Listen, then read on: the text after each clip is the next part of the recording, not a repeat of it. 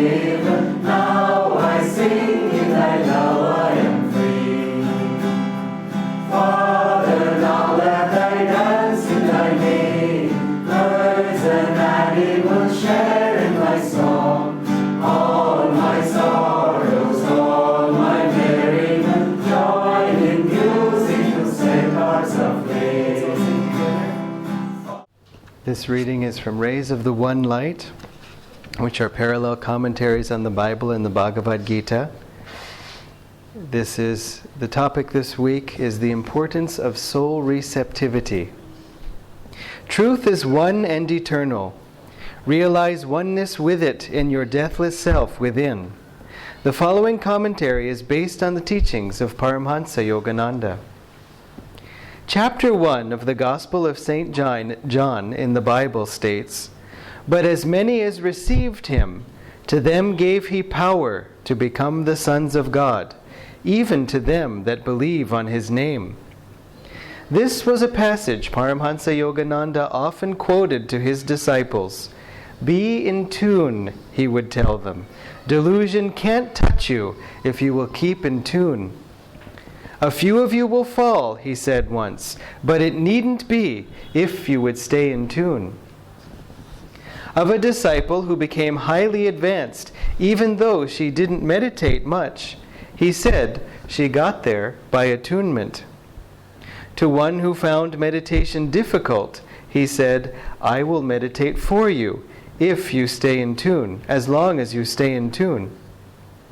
Truth is a state of consciousness, not a well-worded definition. It is in that consciousness, above all, that our lives are transformed.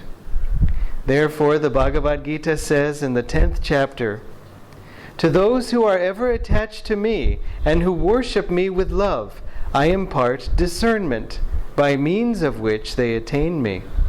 Out of my love for them, I, the divine within them, set a light in them, the radiant lamp of wisdom, thereby dispelling the darkness of their ignorance." Thus, through Holy Scripture, God has spoken to mankind. Om, Om, Om.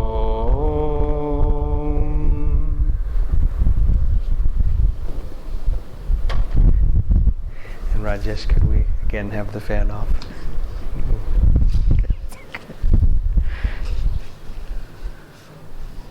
The reason is that this microphone doesn't have a windscreen. So in the recording it sounds like so we have to get it. If we get it one of those little tiny black foam windscreens, then we can have all the fans we want. But for now I will manage. In May I will not manage. So let's get it before then. This is from Whispers from Eternity, Master's Prayer Poems.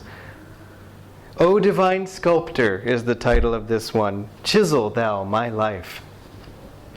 Every sound that I make, let it have the vibration of thy voice. Every thought that I think, let it be saturated with the consciousness of thy presence. Let every feeling that I have glow with thee. Let every act of my will be impregnated with thy divine vitality. Let every thought, every expression, every ambition be ornamented by thee. O Divine Sculptor, chisel thou my life according to thy design.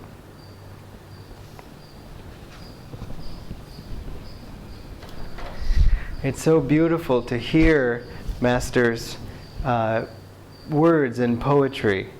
Not only because of the joy it brings us and not only because of the inspiration that it can build in us, but because of the attitude of the devotee he presents to us. He doesn't say, oh Lord, if you feel like it, maybe you could help me out a little bit sometimes. He says, every thought, every feeling, every action be saturated with thy presence, not sprinkled with thy presence. Not, with a little dip of, like chutney of thy presence. Saturated with thy presence.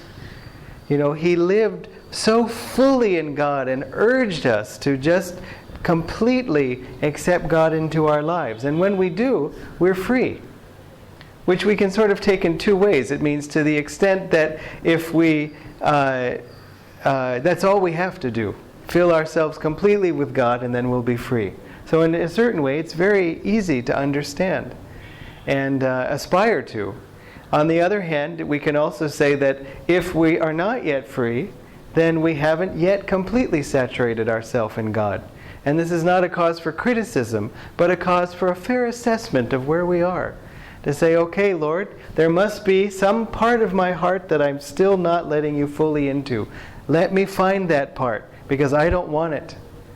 You know, it's like hanging on to a broken toy and not giving it back to Divine Mother. She has a new one, and she wants to just swap it out for us. But no, this is my broken toy, and I like it. It's a fire truck with only one wheel and no ladder, and all the paint is off, and, you know, it's useless.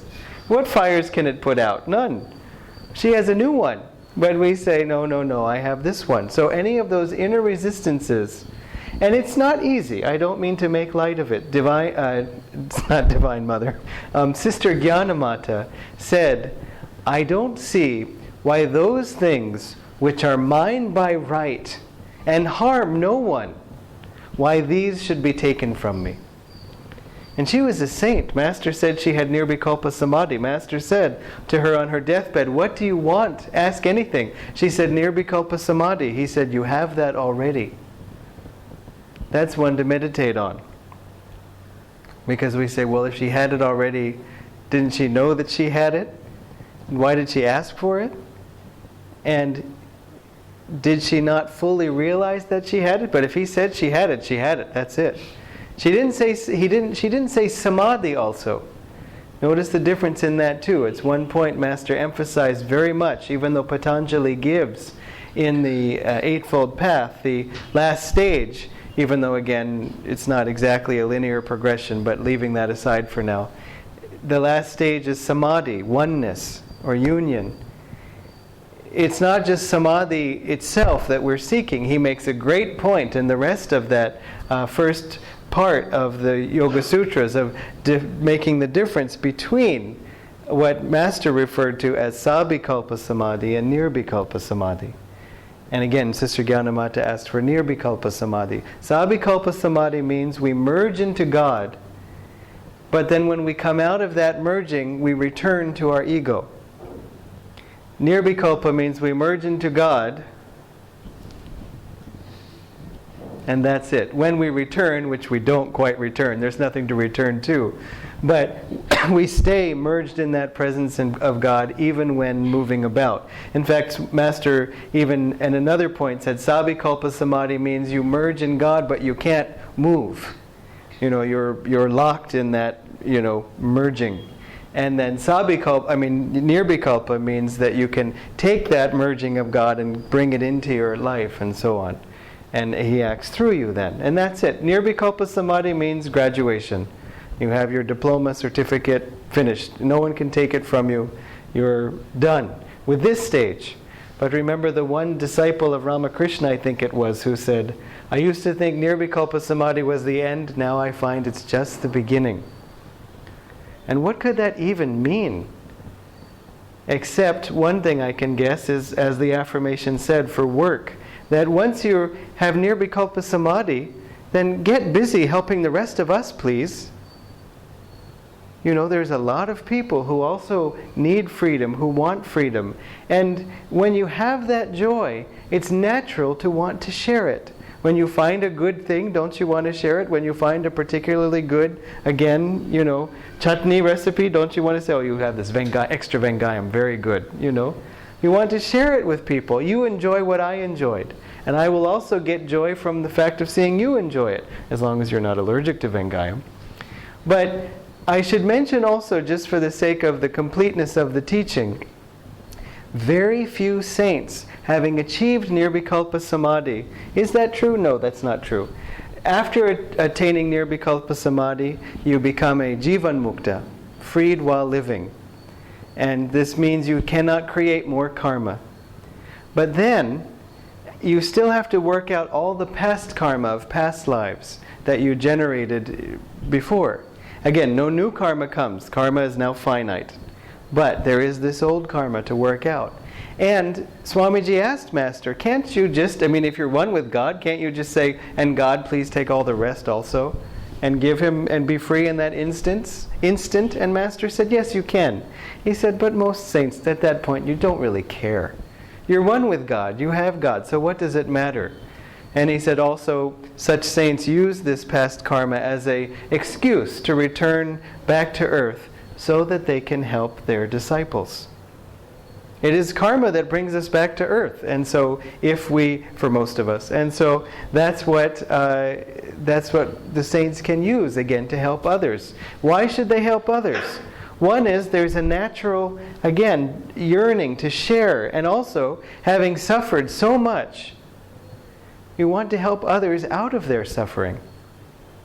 But also God sort of enforces it. Master said, in order to go from Jivan Mukta to Param Mukta, to become fully liberated. See again, Jivan Mukta, Param Mukta, Savikalpa, Nirvikalpa. Patanjali goes as far as to say Samprangyata Samadhi and Asamprangyata Samadhi, which people love to repeat because it sounds very impressive.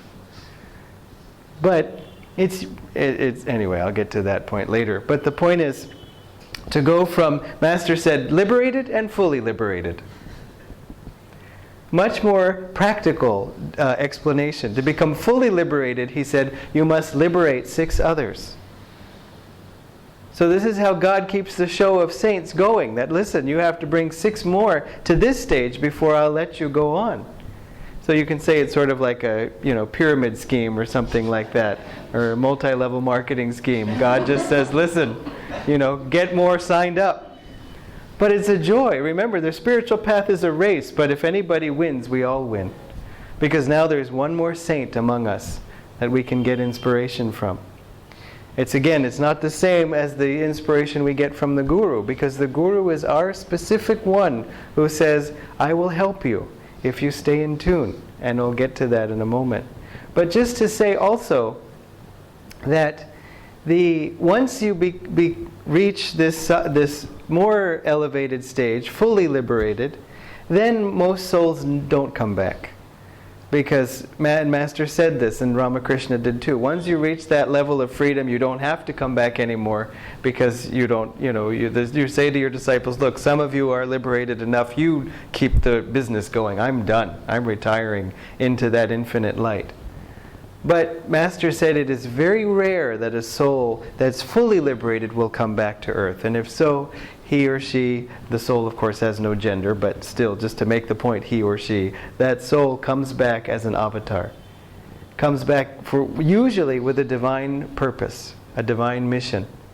And the only difference between a fully liberated master and a liberated master is that they can manifest more of God's power.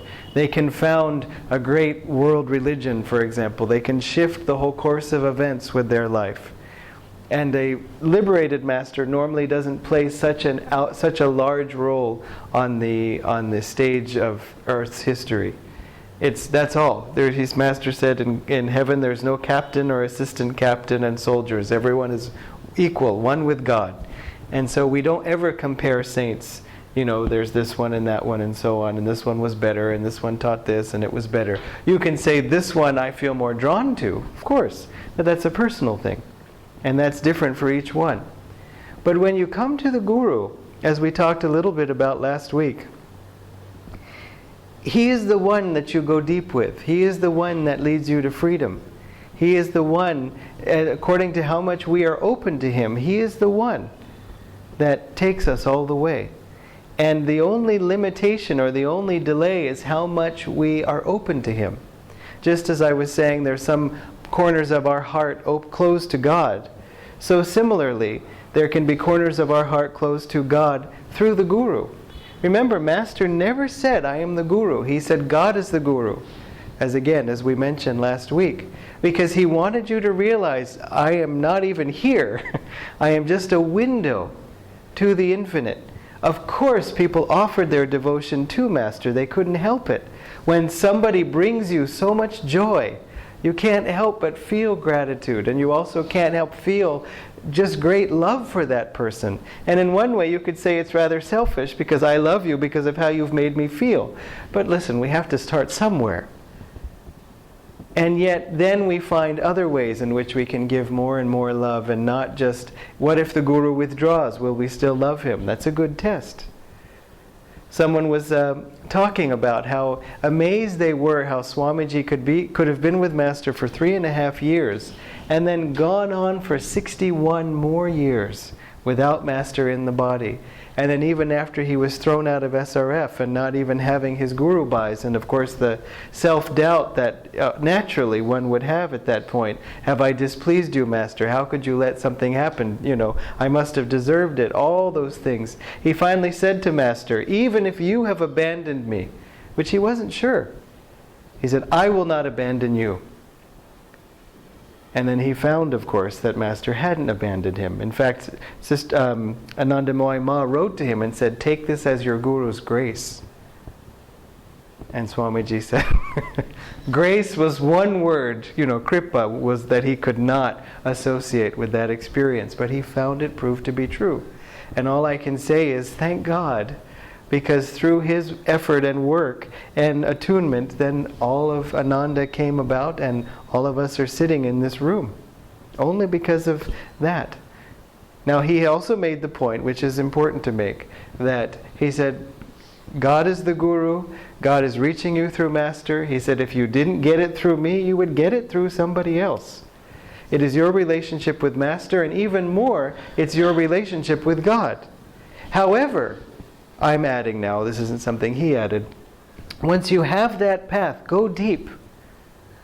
Go deep.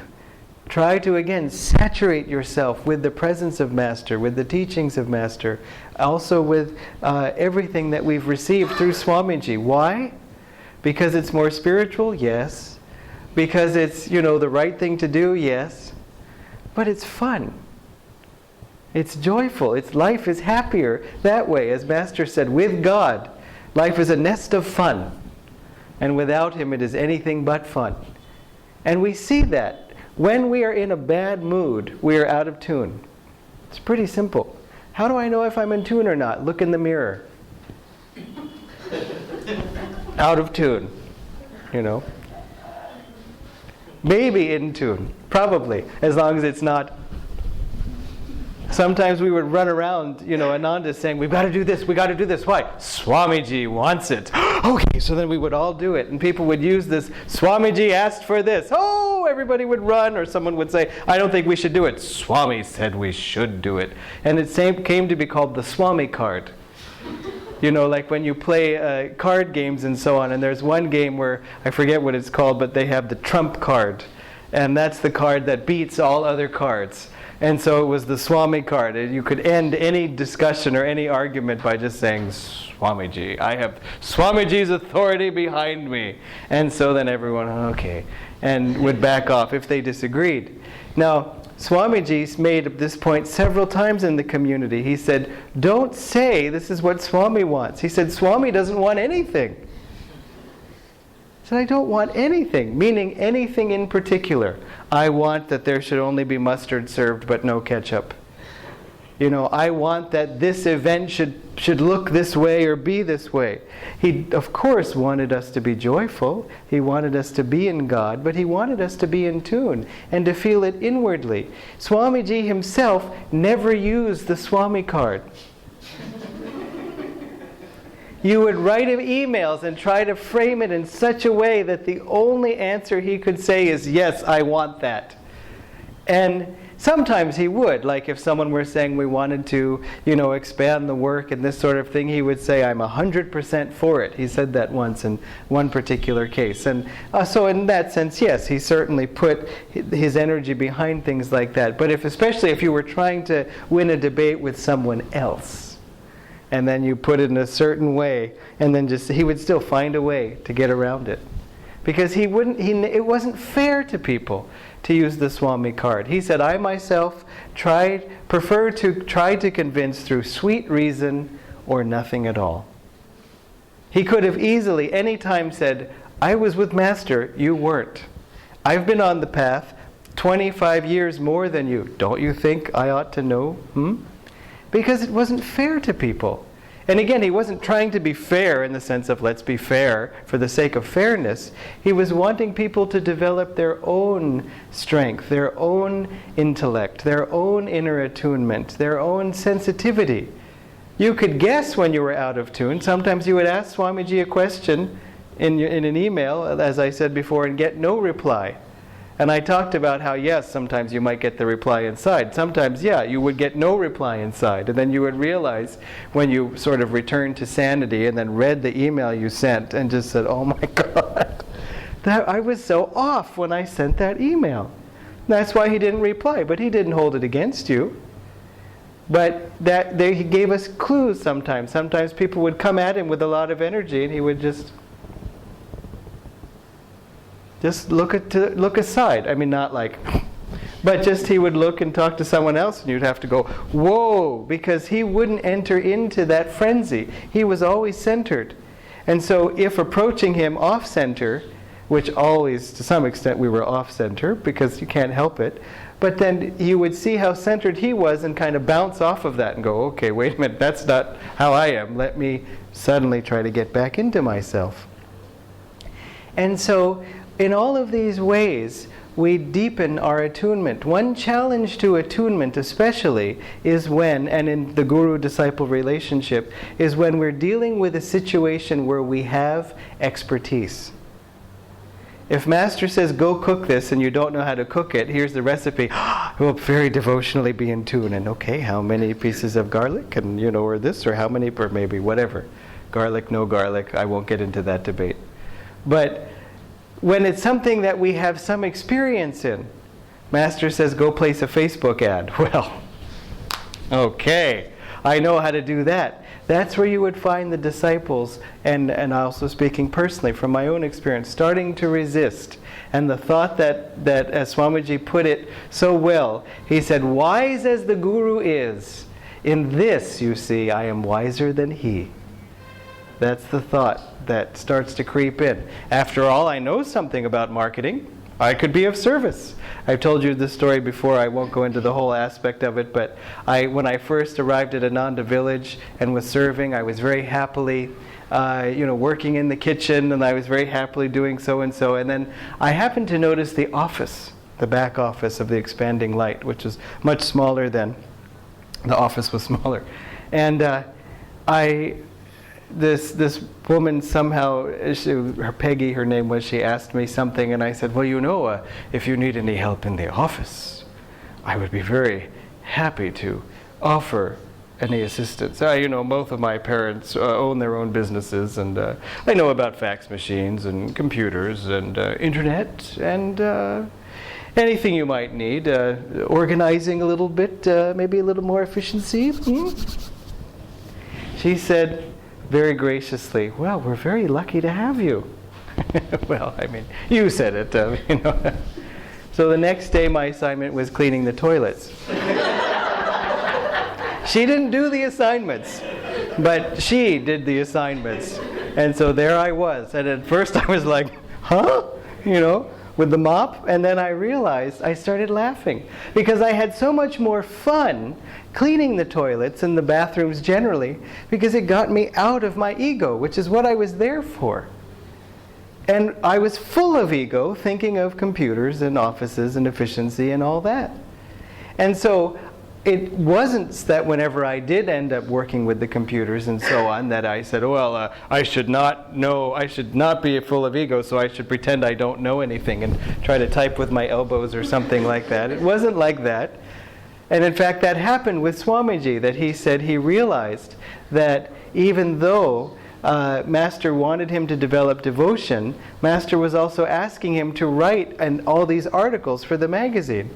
And Swamiji was frustrated because he was saying, I'm supposed to develop devotion, but here you're giving me all this intellectual work. I'm too intellectual. I don't want to be intellectual, so why do you ask me to do this kind of work? And so Master, but then he realized later that it wasn't that we're supposed to diminish our other skills, but to offer them up to God. Because how is it that we're so smart? or so efficient, or so practical, or so whatever, skilled in anything. It's only God's power acting through us. And so, we only, in a certain way, you can say we're only intelligent if we are, because He made us that way. So it's not that we can say, no, but I'm intelligent. Why? Well, how do you know? Well, because I scored very well in the 12th standard exam. See, I have the paper still to prove it, and then so on and so forth. But how did you get that way? At a certain point, we have to just say, well, that's how I arrived. Unless you were busy studying before birth, in those 9 months, Amma is holding books up to the belly and something. I don't think so. We came in that way. And yes, you can say, well, in my past life I worked in the library at Alexandria and so on, and fine. But the point is, still, it's much more joyful when we do it with God and offer it up to God. And so watch for that thought that can creep in. Listen, at least this, I do know something. And it's natural, because again, the ego will always fight for its survival. But instead of trying to fight the ego back, just say, listen, again, ego, you're fighting and you're winning the fight. Now, let me check the mirror. I don't like what I see. I'm getting out of tune. So let's have your ego sometimes will even admit, I can accept that I'm not happy. And say, let's try forgetting about ourselves, forgetting about the need to show off, and just go back into being with Master, being with God. As I was saying to a group earlier this morning, just that when we do something for Master, we don't notice really whether it's boring or interesting, or whether we're good at it or not, or whether we know what we're doing or not. But we're doing it for Him. That makes it interesting. Even if it's something as boring as washing the dishes and so on. And so, the only other thought I would add about this, the affirmation we had in the morning about doing everything to perfection. Master was always wanting you to do your best on the one side, and yet that thought could be taken too far to mean that we should always have the utmost outer perfection in everything. And that naturally lends itself to a certain rigidity. I must be perfect. I must not do anything that deviates from truth. Everything around me must be perfect. Otherwise it is a lesser offering. Otherwise it is a failing on my part. Master was never that way. As Swamiji said, he came unannounced into the men's dining room, which was in the basement of Mount Washington. And he said the place was a complete mess, and all the dishes were in the sink, and the table was all messy and everything, and everyone kind of, and Master came and sat down and looked at them, and he looked around and he said, well, it could be worse. He always looked at the spirit behind everything. As it says, God watches the heart. And so, I'm sure after that they might have cleaned it more regularly if Master was going to do any surprise visits. But you see, if we find ourselves again saying, Master wanted everything to be perfect, let me make it perfect, and so this has to be perfect, and then this, and you didn't make that perfect, then again, just look in the mirror. Master doesn't want to see this. Okay, no matter what. And so sometimes all we have to do is say, let me step out of this for a moment, because I'm no longer having fun. And so let everybody else have fun. Let me just calm myself, meditate, try to sort out what's wrong. But if the face looks like this, we have to get back in tune. We have to do this constantly as disciples, all of us. No one is exempt. Swamiji said, I will often find that if I'm wrestling with a problem for a long time and I'm not getting any guidance, or I'm struggling with a situation and I don't see how to go forward, when I finally sift through all of the details and the possibilities and I meditate, it always comes back to the same problem. I'm thinking about me. And he said, that's where it comes down to.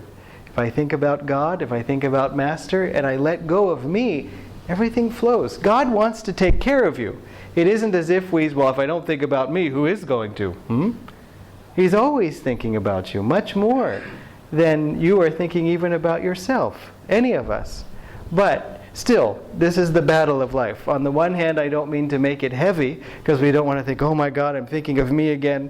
I said to Swamiji once, he had written in a book, Sadhu Beware, the book is called Sadhu Beware, that you want to become an ego detective, so watch out for any surgings of ego. And then when he gave all these suggestions for how you can feel the ego coming. And so he said, one is that if you notice any tension in the back of your head, we learned that, okay, the ego is back here, and so when you're proud, and again the universal sign of pride is throwing the head back, it's because the tension here draws the head back. So you look down your nose, as the one phrase is, and the sign of humility in every culture is a bow, relaxing this area, offering the ego up. But he said, we get clever enough and learn, don't go like this, so then we don't go like that, but still we feel the tension appears here, and we don't throw the head back, but still, you can even notice it when somebody says something nasty, and it's like, it's there. And so he said, watch out for any tension that gathers there. So then I said to Swamiji once, you wrote this recommendation of how the tension gathers here, and I was horrified to see how many times in a day I felt tension back here. And I was basically saying, it was a sort of a joke on myself, but I was saying it in a light way. And he said, of course you would have that experience. You're in a body. You're an embodied being. And I was kind of like,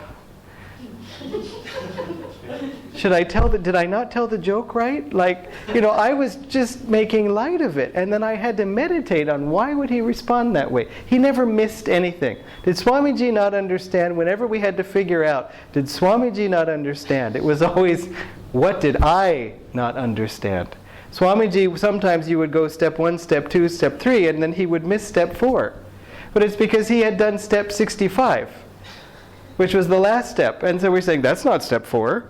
And then we would finally figure out that, in fact, that was the culmination of everything. So I meditated on that. Why did he say it like that? And then I realized that I was sort of making light of the fact that I was in an ego. And in a way, part of me was using that a little bit as an excuse. After all, I'm in an ego. And he was saying, get out of that ego. But on the other hand, I was also saying, I'm not so great because I'm in an ego. And he was saying, of course you're going to be struggling with the ego. That's the struggle before you. This is the test you have to pass. This is the stage you're at. This is the gateway to freedom, in other words. You're almost there. I'm now adding, not to myself, but generally saying, this is where we are. So let's not pretend that we're not there. And let's not look around and imagine where else we might be. I talked all about Samadhi earlier, and Swamiji said the first thing people always ask on the spiritual path is, what's the difference between Sabikalpa and Nirvikalpa Samadhi? He said, listen, there are many other things that are much more pressing than that for the stage that you're at when you first come. And so similarly, he was saying, don't be hard on yourself. If you're struggling with ego, of course that's what you're struggling with. When you stop struggling with it, you'll be free. So keep on going. Keep the fight going. Take it seriously, but also take it lightly. Hopefully that makes sense. The other thing I wanted to say about doing work to perfection, now that I've given this side of it, is that Swamiji would always be urging us to do something better. Not in the sense of, oh, you got 97%, why not 100? It wasn't like that, like if you have an overly critical parent or teacher or somebody who was just saying, you did not measure up to perfection. It was not like that. But for example, I mentioned last time about how I sang this song in front of him and how I messed up the song, and then at the end of it he said there was something wrong with the song, and I thought, yeah, there's a lot wrong with the song. But he actually said, I think I'll change the last few notes of the song. That duet part doesn't quite end the right way. And it was just so sweet for me, because he could have easily just said, you need to go and practice before you sing that again. And instead he was talking about the song. He very rarely at that point in his life changed any notes in the song. In any songs, I mean. But before that, before I sang that song, again, as I said, it was part of a play. And so we had, it's called the Peace Treaty. And so before, in the way so where the song comes in the play, the character that I was playing said, oh no, it's at the end of it. It's at the end. Let us live our lives. I don't remember now, it's been a while, but something like, let us live our lives in love with truth and dedicated to all that is good, true, and beautiful. That's what he says after the song. And so Swamiji, you sing the song, you're there to sing the song, That's what we were, and then he said, and say your lines that come after but I've already sang the song, and that's what you were asking. So say your lines. So I said, let us live our lives in love with truth and dedicated to all that is good, true, and beautiful. And he said, why did you move your hand like that? I was like, well, I was acting, And he said, you said good, true, and beautiful. Why would you put your hand down on beautiful? And I said, well, I mean, it was because it was different. It was good and true and then beautiful. I don't know. And he said, you shouldn't put your hand down on the word beautiful. I mean, this isn't, it wasn't just him and me in front of other people. And then, so I was just like, look, I didn't know I was going to say these lines right now. I hadn't rehearsed. I hadn't thought about it. And that was the point. He was saying, put thought into what you're doing. If you think, I love all things that are beautiful, like this floor that's full of dust. It's not full of dust. You did a very good job this morning.